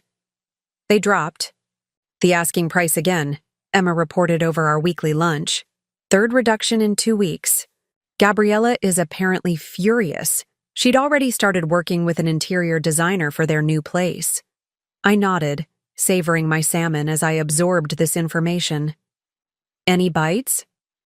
None. Everyone knows why they're selling. Caroline Miller told her book club it was tainted property now, bought with his first wife's money and soiled by his affair. Emma shook her head. Suburban social circles can be brutal. Indeed, I agreed, thinking of the careful cultivation of those very social connections I had maintained during my marriage. The invitations to dinner parties, the remembered birthdays and anniversaries, the thoughtful gifts for children's graduations. All investments that were now paying dividends in the form of collective rejection of Sean and Gabriella. The professional front was yielding even more dramatic results. Josh called that evening with an update that exceeded my expectations. Gabriella's been terminated, he reported without preamble. The credential verification came back definitively negative. No, MBA, and her undergraduate degree was in theater, not business as she claimed. She was escorted out this afternoon. I maintained my composure despite the surge of satisfaction. How did Sean handle it? That's the thing. He tried to intervene, claimed they were targeting her because of their relationship, made a scene in front of clients. The managing partner had to pull him into a private office. Josh's voice lowered. Kayla, they've moved up his partnership review again. It's tomorrow morning. This was accelerating faster than even I had anticipated. What's the expected outcome? Josh hesitated. Best case for him, probation and reassignment of key accounts. Worst case, well, they're reviewing the morality clause in the partnership agreement. I thanked Josh for the information and hung up, immediately updating my strategy wall. The red threads connecting Gabriella's false credentials to Sean's professional standing vibrated with imminent impact. One domino falling into another, precisely as I had designed. Later that night, I received a text from an unknown number. This is Gabriella. We need to talk. Please. I stared at the message, considering my options. Direct engagement wasn't part of my original strategy, but adaptability was essential to any successful campaign. I replied with an address, a neutral, coffee shop downtown, and a time for the following afternoon. The next morning, Emma called with breaking news. Sean's been placed on administrative leave pending review. It's all over the firm. Josh called an emergency partner meeting after Sean left. Interesting timing, I remarked, though it was anything but coincidental. Josh had been fed specific information about Westridge Capital's irregularities at carefully timed intervals, ensuring maximum impact when combined with Sean's increasingly erratic behavior. There's more, Emma continued. Westridge Capital received formal notice of an SEC investigation. Their stock dropped 12% this morning. Another domino falling. My anonymous submission to the regulatory authorities had found its mark. Sean's prize client, the relationship he had been counting on to secure his professional future, was now toxic. Even if he survived the partnership review, his judgment in bringing Westridge to the firm would be questioned for years. I dressed for my meeting with Gabriella with particular care. A power suit in deep blue that conveyed confidence without ostentation, my phoenix pendant visible at my throat. When I arrived at the coffee shop, she was already waiting, almost unrecognizable from the polished, confident secretary who had stood beside Sean at our anniversary dinner. Her designer clothes hung loosely on her frame, suggesting recent weight loss. Her makeup couldn't hide the shadows beneath her eyes or the tension in her jaw. As I approached, she straightened, attempting to project composure that quickly crumbled when I sat across from her. "Thank you for coming," she began, her voice lacking its usual assurance. "I wouldn't have reached out if I had any other option." "What do you want, Gabriella?" I kept my tone neutral, neither warm nor hostile. "It needs to stop." Her hands trembled slightly as she clutched her coffee cup. "The investigation, the deposition, all of it. You've made your point." I raised an eyebrow. "Have I? What point would that be? That you can destroy us." Her voice rose, drawing glances from nearby tables before she caught herself. "You've systematically undermined everything. My job, Sean's partnership, our social standing, even our home." She leaned forward. "What will it take to end this? Why do you assume I'm responsible? For your current difficulties?" I asked, genuinely curious about her perception. Her laugh was brittle. "Please, the anonymous tip about my credentials, the Westridge investigation, moving in across the street? These aren't coincidences." I sipped my tea, letting the moment stretch. "Gabriella, have you considered that your current problems might be natural consequences rather than orchestrated revenge? You built a life on lies, your fake MBA, your relationship with a married man. Sean gambled his professional reputation on a client with questionable finances while publicly humiliating his wife of 8 years. I set down my cup. Actions have consequences. So you admit you're behind all this? I admit nothing, I replied calmly. I'm simply suggesting that perhaps the foundation of your relationship with Sean wasn't strong enough to withstand reality. Her facade cracked further. He's changing, Kayla. The man I fell in love with. He's different now. Angry all the time. Drinking too much. Blaming me for his professional problems. Tears welled in her eyes. This isn't what I thought it would be. For a brief moment, I almost felt sorry for her. Almost. Then I remembered how she had meticulously planned my humiliation, carefully selecting my anniversary as the perfect occasion to publicly claim my husband. What did you think it would be, Gabriella? Did you imagine that betraying your employer's wife would lead to happiness? That stealing another woman's husband would result in trust? That lying about your qualifications would never be discovered? I kept my voice soft but direct. You and Sean designed this outcome the moment you chose deception over integrity. She wiped away tears, smearing her expensive mascara. What do you want from us? Just tell me and maybe we can— I don't want anything from you, I interrupted. That's what you and Sean have never understood. This isn't a negotiation. This isn't something you can fix with the right price or the right apology. I stood, gathering my purse. I'm not doing anything to you, Gabriella. I'm simply living my life successfully while you both face the consequences of your choices. As I walked out of the coffee shop, I heard her call after me. He still loves you. He said it last night when he was drunk. Said he made a terrible mistake. I didn't turn around, but I smiled. Another piece of intelligence to add to my collection. Another pressure point to leverage at the right moment. That evening, as I updated my strategy wall with notes from the encounter, my phone rang with a call from Josh. It's official, he said without preamble. Sean's been removed from the partnership, effective immediately. Severance is being negotiated, but his equity stake is forfeit under the morality clause. 8 years of Sean's career, his carefully constructed professional identity, his financial security, all gone in 6 months. Not through any direct action I had taken against him, but through the inevitable consequences of his own choices, accelerated by the strategic application of pressure at his weakest points. Later that night, I received a text from Emma. S just showed up at your old house completely drunk, screaming at G on the front lawn. Neighbors called police. He was escorted away. I added the information to my timeline. The pressure was reaching critical levels. Soon, very soon, the complete collapse I had engineered would be unavoidable. As if on cue, my phone lit up with Sean's number. This time, I answered. Kayla. His voice was slurred, desperate. You've won, okay? You fucking won. What more do you want from me? I want nothing from you, Sean, I replied calmly. I never did.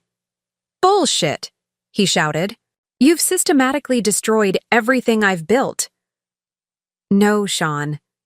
You did that yourself when you chose to humiliate me in front of everyone we know. I'm simply living well. Isn't that supposed to be the best revenge? His bitter laugh held no humor. This goes way beyond living well, and you know it. Perhaps, I conceded. But then, your betrayal went way beyond a simple affair, didn't it? You orchestrated my public humiliation. You're simply experiencing the consequences of that choice. The line went silent for a moment. When he spoke again, his voice had changed, something like the old Sean breaking through the angry shell. I made a mistake, Kayla. A terrible mistake. Yes, I agreed. You did. I ended the call and turned back to my strategy wall. The betrayers were now fully under pressure, their relationship fracturing, their professional and social standing in ruins. Phase 3 could now begin, the final collapse that would mirror and exceed the public humiliation they had inflicted on me. 7 months after the anniversary dinner, the carefully constructed lives of Sean and Gabriella began unraveling at a pace that even I found startling. What had been a controlled demolition was rapidly becoming an avalanche, with each new development triggering multiple consequences across their personal and professional lives. The catalyst was the formal announcement of Sean's departure from the firm. The carefully worded press release cited personal reasons for his exit, but the financial industry thrives on gossip. By mid-afternoon, 3 different versions of the story were circulating. One involving ethical breaches with Westridge Capital, another focused on his relationship with Gabriella, and a third suggesting financial impropriety. None of these narratives needed my encouragement.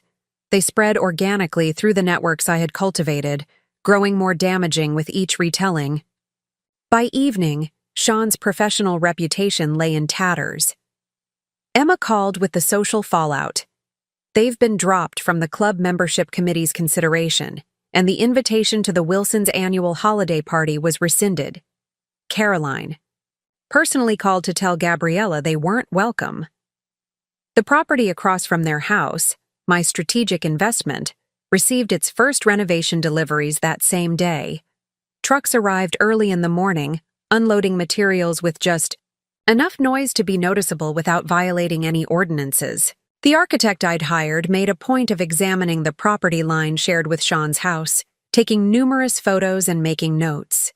By nightfall, Sean was calling again. I let it go to voicemail. This has to stop, his message slurred, suggesting he was drinking again.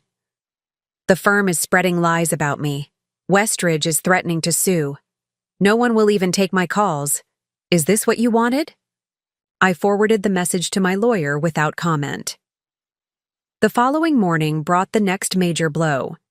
Westridge Capital issued a formal statement distancing themselves from Sean and indicating they were exploring legal options regarding potentially misleading advice. Their stock dropped another 8% as investor confidence waned in the wake of the SEC investigation. Financially, the impact on Sean was catastrophic. His severance package, already reduced by the morality clause invocation, was now held in abeyance pending potential legal claims. His partnership equity remained frozen. The compensation he had counted on to maintain his lifestyle and manage his mounting legal expenses was suddenly uncertain. Emma reported that Gabriella had been seen removing her more expensive possessions from the house: artwork, jewelry, designer handbags, suggesting she was preparing for either a rapid departure or securing valuables against financial distress. Their social isolation intensified as former friends and colleagues actively avoided them. At a restaurant downtown, my source reported that a group of executives from Sean's former firm actually got up and moved to another section when Sean and Gabriella entered. She was overheard saying, "This is humiliating," before they abandoned their dinner entirely. The real estate agent handling their property called to inform me there had been 0 inquiries despite the third price reduction. "People know the situation," she explained delicately.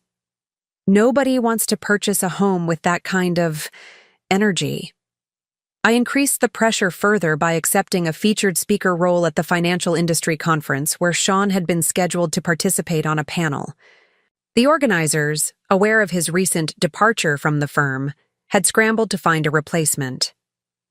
When my name was suggested by one of my new clients, they jumped at the opportunity. The announcement went out via industry newsletter. Kayla Taylor, rising star at Vertex Marketing and specialist in financial services reputation management, replaces Sean Reynolds on the Future of Investment Advisory panel. This public professional substitution, me literally taking his place on a stage he had coveted, represented a symbolic final blow to his career identity. That afternoon, Gabriella made her move. Emma's cleaners reported that she had packed her remaining belongings while Sean was meeting with his lawyers. By evening, she was gone, leaving only a note on the kitchen counter that the cleaners glimpsed but couldn't read in full. The timing couldn't have been more perfect if I had orchestrated it myself, which I hadn't needed to. The betrayer had been betrayed, abandoned by the woman for whom he had sacrificed everything. Sean's final voice message that night was barely coherent. "She's gone. She fucking left." "Are you happy now, Kayla? Is this what you wanted? My life is destroyed. I've lost everything." The unraveling had accelerated beyond my carefully planned timeline, propelled by the natural consequences of their actions and the mounting pressures of public disgrace, financial uncertainty, and mutual recrimination. That night, I stood before my strategy wall, removing the pins and threads one by one.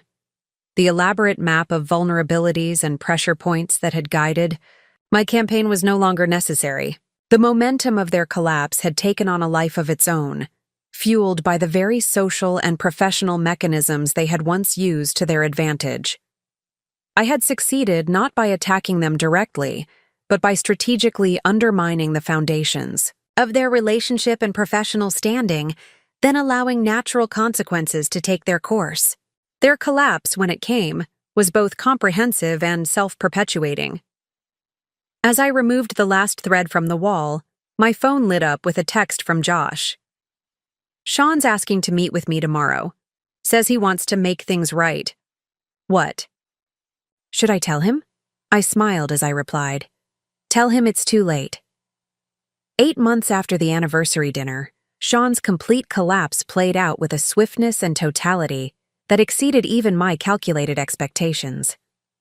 What had begun as strategic pressure points applied to carefully identified vulnerabilities had cascaded into a comprehensive destruction of everything he valued. The morning after Gabriella's departure, Sean appeared at Josh's office, unshaven and disheveled, practically begging for assistance with potential clients. Josh, uncomfortable but professional, explained that the firm's partners had implemented a non-contact policy regarding their former colleague. "He just stood there, staring at me," Josh reported later that day. Then he said, "She planned all of this, didn't she? Right from the beginning." I didn't have to ask who she was. Professionally, Sean's fall from grace was now complete. His name had been removed from the firm's website and marketing materials. Former clients were being systematically reassigned to other partners. The office he had decorated with such pride, with its view of the financial district and carefully curated art, was already being prepared for his replacement. Worse, Word of his situation had spread throughout the industry. 3 potential employers who had initially expressed interest in his services withdrew their inquiries after conducting basic due diligence calls. His professional identity, so carefully constructed over decades, had been dismantled in months. Financially, the disaster was equally absolute. The SEC investigation into Westridge Capital had expanded to include examination of Sean's personal involvement and potential conflicts of interest. His brokerage accounts were frozen pending regulatory review. The severance package that might have provided temporary stability remained in legal limbo, tied up in disputes about contractual obligations and potential liability. Emma reported that bill collectors had begun calling the house. The luxury car leases Sean had been so proud of were now in default. Credit card companies were suspending accounts. The financial infrastructure of his life was collapsing as rapidly as his professional reputation. Socially, his isolation was now absolute. The invitations had stopped entirely. Former friends crossed the street to avoid interaction. His parents, embarrassed by the public nature of his downfall, had retreated to their winter home in Florida without their usual invitation for him to join them. Most devastating of all was Gabriella's very public betrayal. She had not simply left him, she had strategically abandoned ship at the moment of maximum damage. My private investigator confirmed she had moved in with a former client of Sean's, a divorced venture capitalist, 20 years her senior, with the financial stability Sean could no longer provide. The final blow came in the form of a detailed exposé in the Business Journal that had once celebrated Sean's success. Titled "The Fall," the article methodically chronicled his professional and personal collapse, drawing explicit connections between his ethical lapses with Westridge Capital and his betrayal of his marriage. Without ever mentioning my name or directly referencing the anniversary dinner, the piece painted a devastating portrait of hubris and self-destruction. I had not planted the story. I hadn't needed to. The journalist had simply followed the trail of professional wreckage, interviewing former colleagues and clients who were all too willing to distance themselves from Sean's disgrace by contributing to the narrative of his fall. The morning the article was published, I received a text from Emma. "S's car has been parked outside your building since 6 a.m. Security called me because he's just sitting there, not moving. Should I be concerned?" I checked the security cameras accessible through my building's app. Sean's once immaculate luxury sedan was now visibly neglected, with a dent in the passenger door and dirt dulling the custom paint. Inside, I could make out his silhouette, slumped and motionless. After 8 years of marriage and 8 months of calculated revenge, I knew exactly what this meant. Sean had reached his breaking point. The successful, confident man who had orchestrated my public humiliation was gone, replaced by someone I barely recognized, desperate, isolated, and completely broken. I called building security and asked them to allow him up.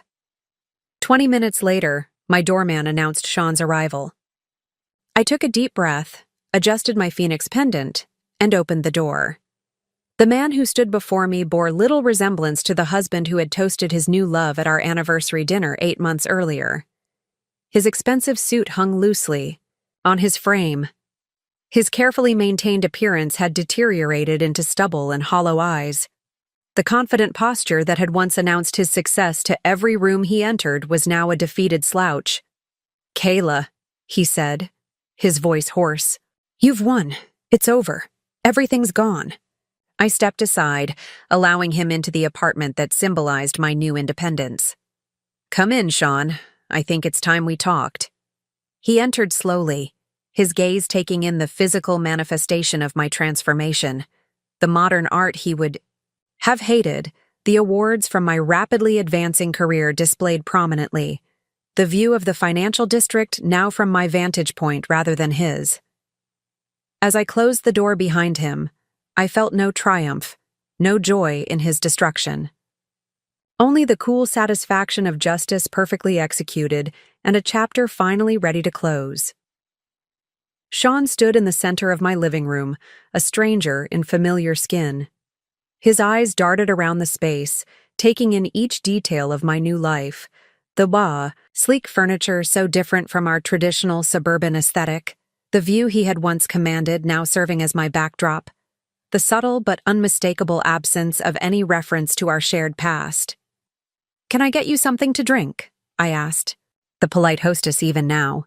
"Scotch, if you have it," he replied, his voice rough from what I suspected was too much of the same request elsewhere. I poured him a modest portion of the single malt I kept for clients, not enough to fuel further deterioration, just enough to steady his obvious trembling. As I handed him the glass, I noticed the indentation on his ring finger where his wedding band had been until recently. "Nice place," he said after a long sip, gesturing vaguely at my apartment. "Must be doing well." "I am," I confirmed without elaboration. I sat in my favorite chair, leaving him standing awkwardly until he finally settled on the edge of the sofa. The power dynamic between us had inverted so completely, it was almost difficult to remember a time when he had dominated every room, every conversation, every decision. "You orchestrated all of this," he said finally. Not a question, but a realization.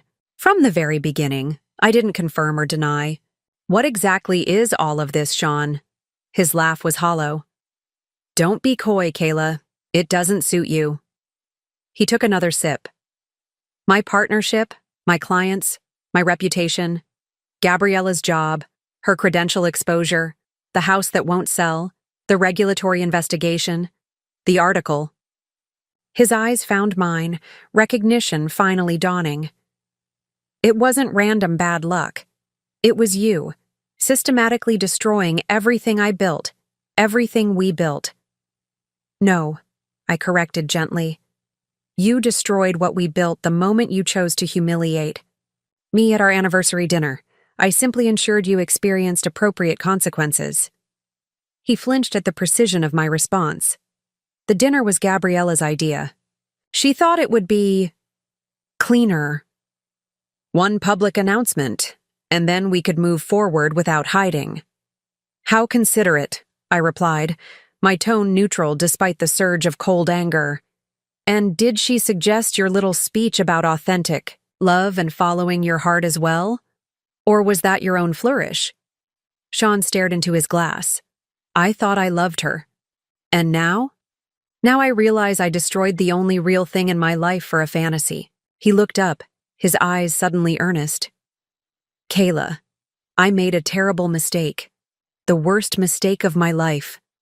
I studied him carefully, seeing not genuine remorse, but desperate self-preservation. Sean wasn't sorry he had betrayed me. He was sorry he had miscalculated so catastrophically. "Why are you here, Sean?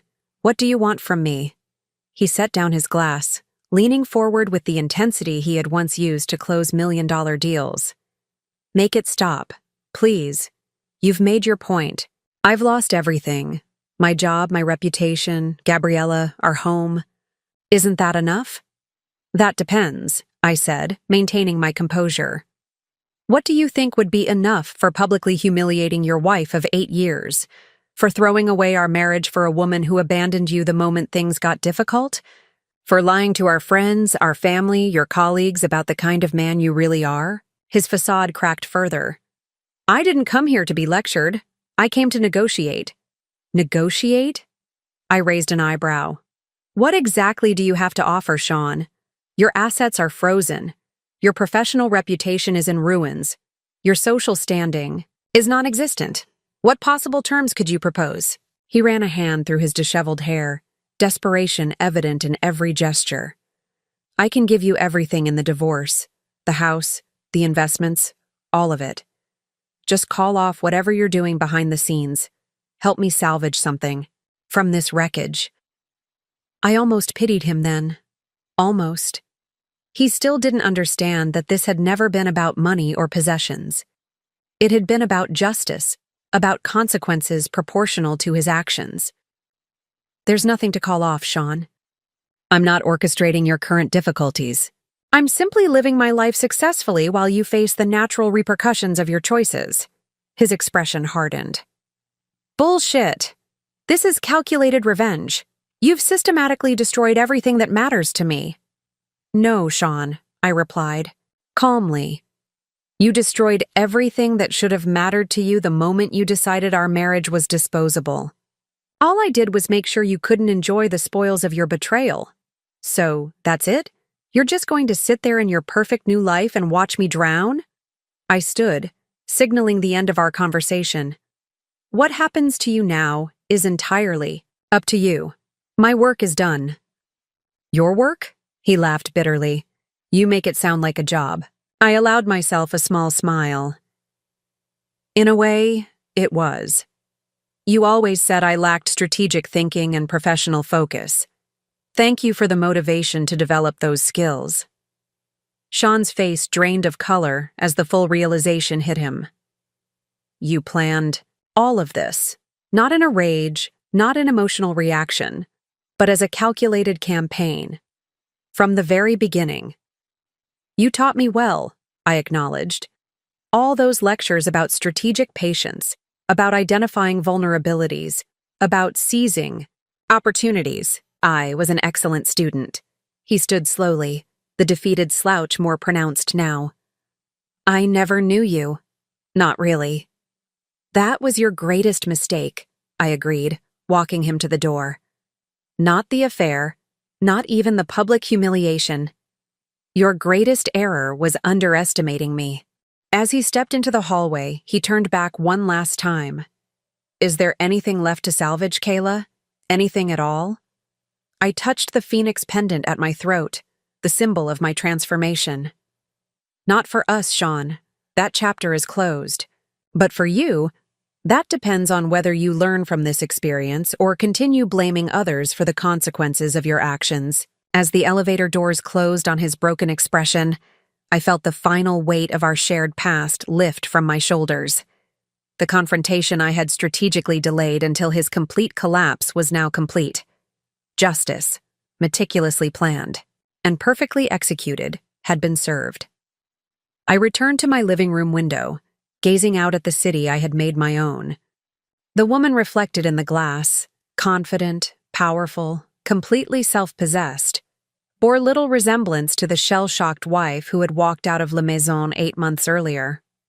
That night, I slept more peacefully than I had in years, untroubled by dreams of revenge or justice.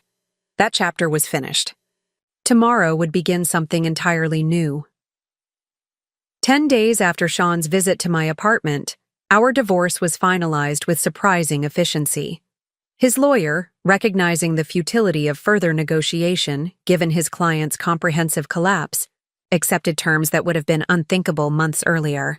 I received everything I was entitled to, and then some, not because I needed or particularly wanted his assets, but because the settlement represented a final acknowledgement of what he had taken from me. I signed the papers with a steady hand, closing that chapter of my life with the same deliberate focus with which I had orchestrated its conclusion. Are you sure you don't want to celebrate? Emma asked when I called to tell her it was official. I could bring champagne, or we could go out somewhere nice. No celebration necessary, I told her. It's just paperwork catching up to reality. But, thank you. After hanging up, I stood in my silent apartment, waiting for the rush of vindication or closure I had expected to feel. Instead, I experienced something more complex. Not regret, certainly, but a quiet contemplation of everything that had transpired over the past 8 months. The execution of my carefully planned revenge had consumed me so completely that I hadn't fully considered what would come after. Who was I now that this driving purpose had been fulfilled? What would fill the space previously occupied by strategic planning and methodical execution? The following morning, I woke before dawn and went for a long run along the river, something I had started doing during my self-imposed exile months earlier. The rhythm of my footsteps on the path created a meditative state that allowed me to process thoughts that had been simmering below the surface of my consciousness. My revenge had been perfect in its execution, proportional, methodical, and ultimately, justice rather than mere retaliation.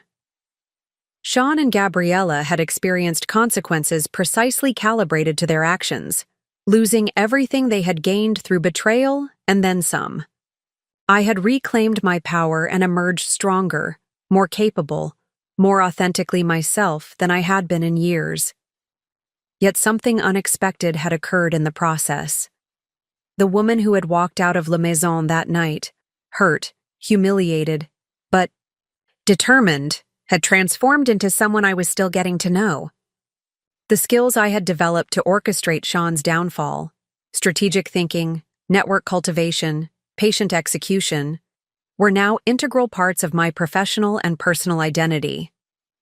What would I do with these capabilities now that my original purpose for developing them had been fulfilled?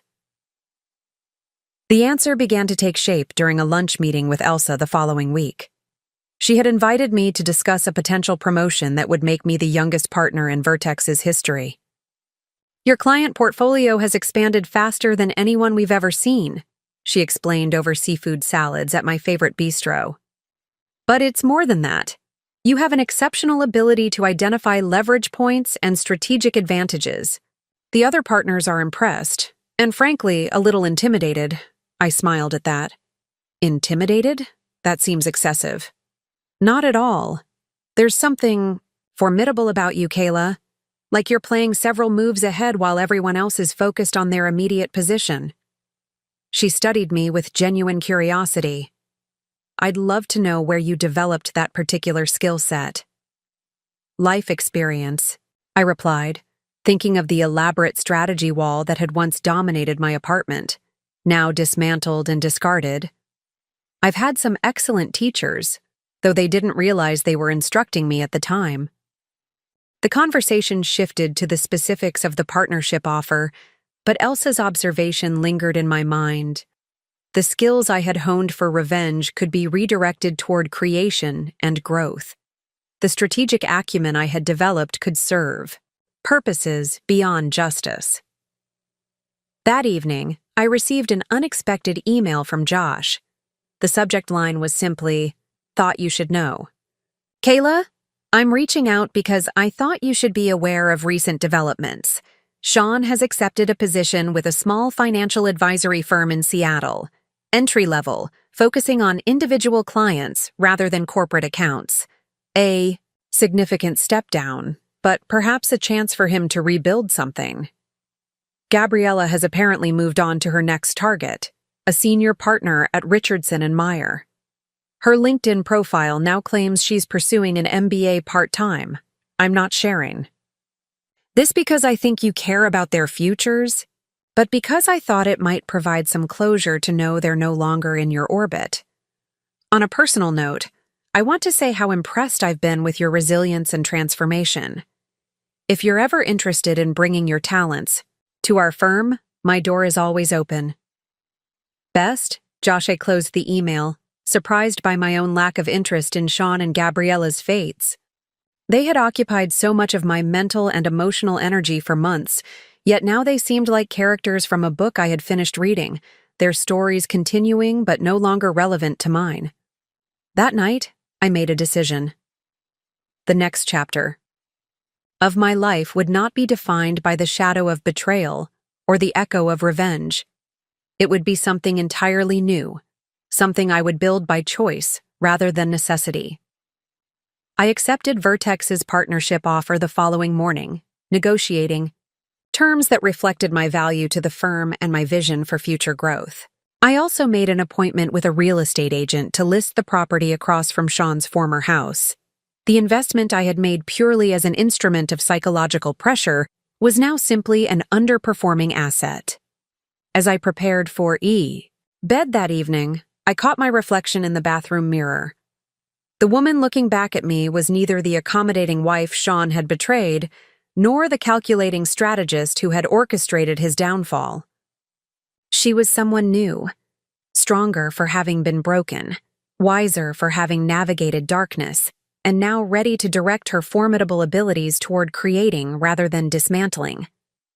I touched the phoenix pendant at my throat, tracing its delicate wings with my fingertip. The symbol had served its purpose, marking my transformation from ashes to rebirth. Perhaps it was time for something new, a symbol of the future rather than a commemoration of the past. Tomorrow, I decided, I would begin looking for that new symbol, that new direction. The revenge that had consumed me was complete.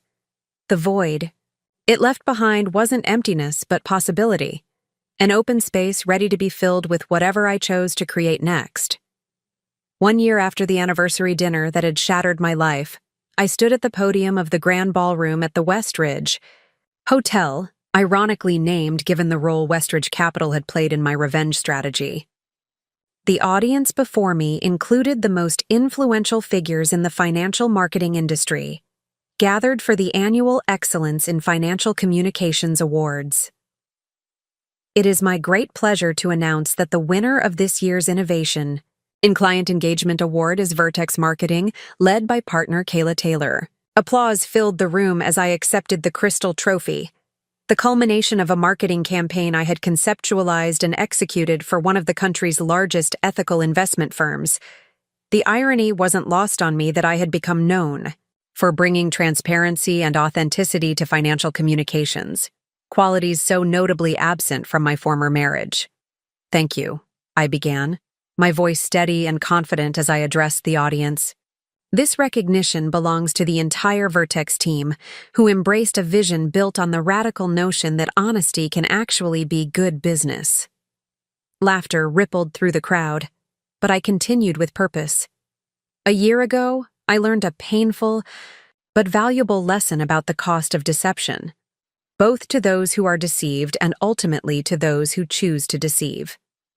That experience transformed not just my personal perspective, but my professional approach as well. I scanned the audience, noting several former associates of Sean's among the attendees. The campaign we're being recognized for tonight demonstrates that transparency builds stronger client relationships than any amount of strategic obfuscation. In both business and life, the truth may be occasionally uncomfortable, but authentic connections are ultimately more valuable than comfortable illusions.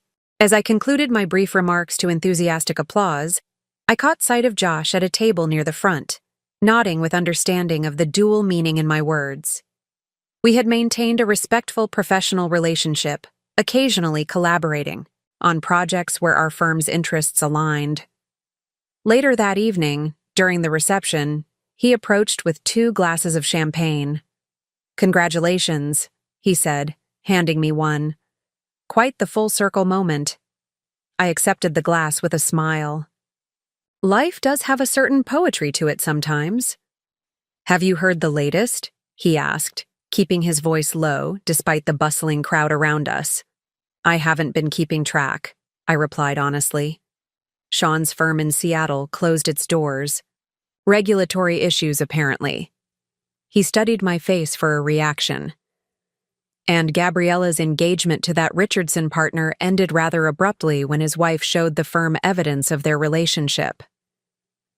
I took a sip of champagne, feeling nothing, but a distant acknowledgement of cosmic justice continuing its course without my involvement. "I wish them clarity," I said finally. Josh raised an eyebrow. "Clarity, not happiness or success." "Clarity is the prerequisite for both," I explained. "Understanding the consequences of your choices is the only path to genuine growth." He nodded, thoughtfully. "You've certainly found yours."